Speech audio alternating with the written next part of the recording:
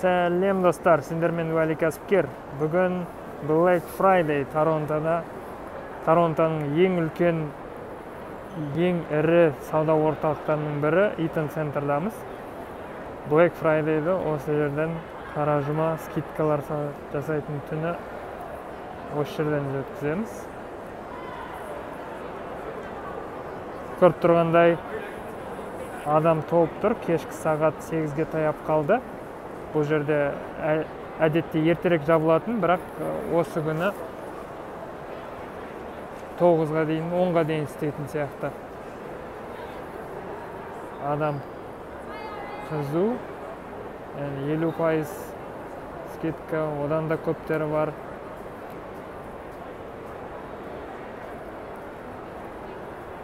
Бүгін Қазақстанда, Астанада Мега аңғасында пробка болып, адам толып кетті дейді.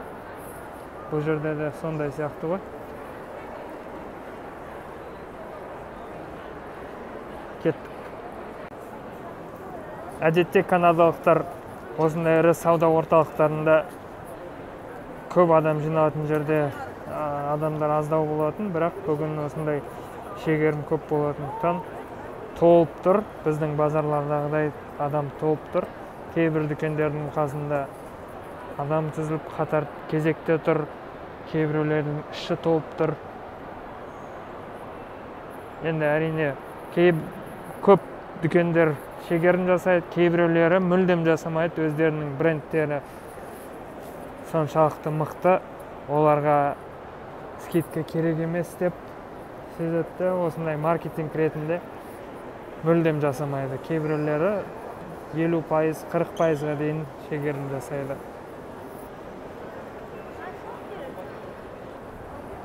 Айта кету керек, және бұл скидкалар, бұл шегерімдер осы ағымдағы науқанның тауарларына, көбінесе осы жердегі өздерінің шектеулі тауарларға бәріне бере бермейді. Өздері таңдайтын тауарларға береді, бірақ біздің Қазақстандағы қарағанда бұл тауарлардың саны кішкене көбірек. Өйткені бұлар дүкендерін осы уақытқа таман босатып, жаңа тауардың келуін күтеді. Сосын бұларда осындай қаланың ішінде орналасқан сауда орталықтарынан басқа, қаланың сыртындағы сауда орталықтар бар. Outlet, Discount Mall, Outlet Mall дегендер. Ол жерде өткен жылғы коллекциялар, өткен жылғы топтамалардың шегерімді арзанырақ сатып, сондықтан бұлар өздерінің осындай қалада орналасқан қымбатырақ сауда орталықтарындағы дүкендерді тезірек босатып, жаңа топтамаларды әкелуге тырысады. Сондықтан көбірек тауарларға жақсы скидкалар жасайды.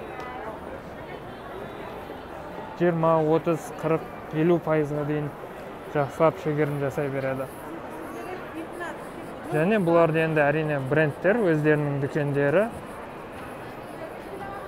оригинал демекші.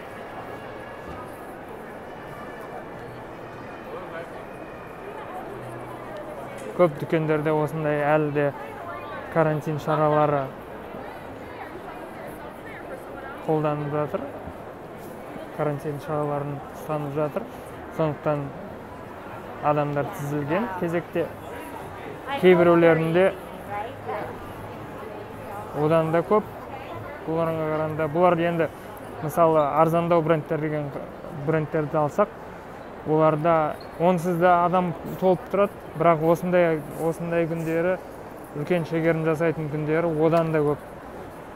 Екі есе толып кетеді. Ішіне кіру мүмкін емес. Толып тұр, адамдар толып тұр, бәрі сатып алып жатыр, жиналып алып жатыр, себеттерін толтырып жатыр, және кассаға төлеу үшін де кезекте тұру керек.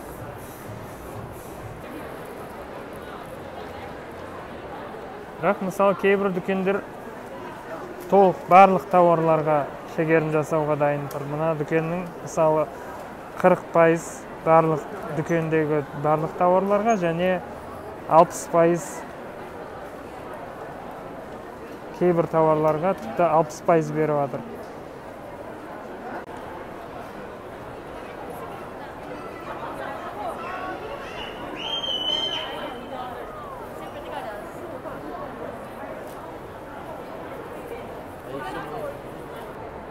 Жақсы шегерім алуға болады. Бірақ та енді мынандай ұзақ кезекте тұрып алу керек. Бұл кезекте тұру бір қиындық. Екіншіден ішіндегі жақсы тауар табу керек. Үшіншіден ішіндегі адамдардың бәрінен тезірек ең бірінші болып табу керек. Өйткені осындай уақытта тауарлар тез бітеді.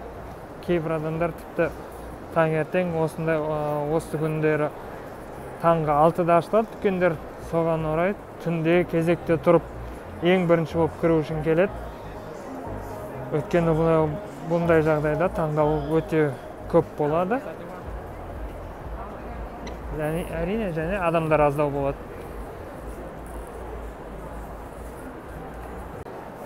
Кейбір сатып алушылар осындай арнайы осы күнді күтіп, өздерінің ұнатқан тауарларын арнайы өздерінің дүкендерінен, сол тауарды сататын дүкендерде арнайы келіп солардан сатып алады. Әрине бұндай күндері жақсы ақша үнемдеп алуға болады. Көріп тұрғандарыңдай адам толып тұр. Карантинге қарамастан карантиннің бір бөлек, бірақ скидкалар ұзақ болмайды, сондықтан адамдар өз мүмкіншілігін жібермейді.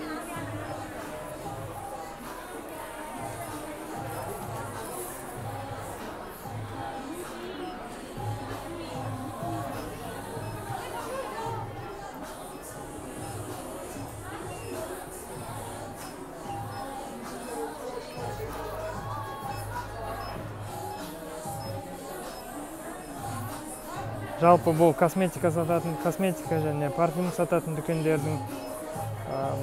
дүкендерде осындай тренд шығар. Скидка кезінде адамдар топ кетеді. Осы уақытта жақсы тауарларын сатып алуға болады. Жақсы скидкамен ақша үнемдеп, тура сол тауарларды қолдана беруге болады. Тура сол брендтер және тауарлар бәрі сол.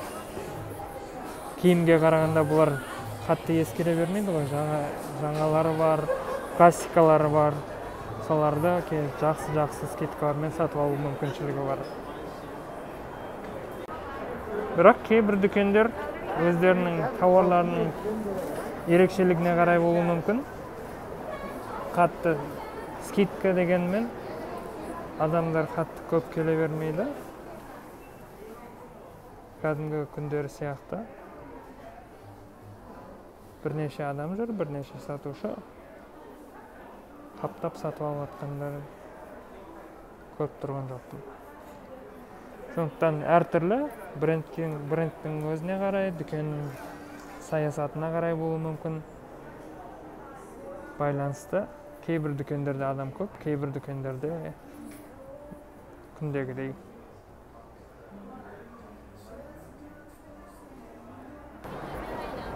Жалпы Канададағы, Торонтодағы Black Friday, қара жұма скидкалар бойынша әсеріміз мынандай. Бұл дүкендерде брендтердің байланысты, брендтердің саясатына байланысты қарап отыру керек. Шегерім жасайтын дүкендер болса, өздеріңе арнайы іздеп жүрген бір ұнайтын тауарлар болса, алуға болады. Әсіресе таңертең ертерек келіп, айтарлықтай адам жоқ кезде арнайы сол іздеп жүрген жаңа топтамалар болса, солардан алуға болады.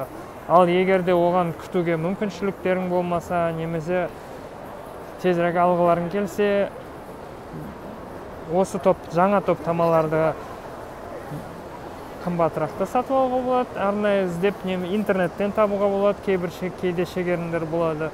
Немесе бағана айтқан қаланың сыртындағы аутлеттер, дисконт центрлер, factory shop дейді, сол өндірушілердің өздерінің дүкендерінде жақсы скидкалармен сатып алуға болады. Сонымен осы қысқаша шолуымды аяқтаймын. Бәріңе сәлем, көріскенше сау болыңдар.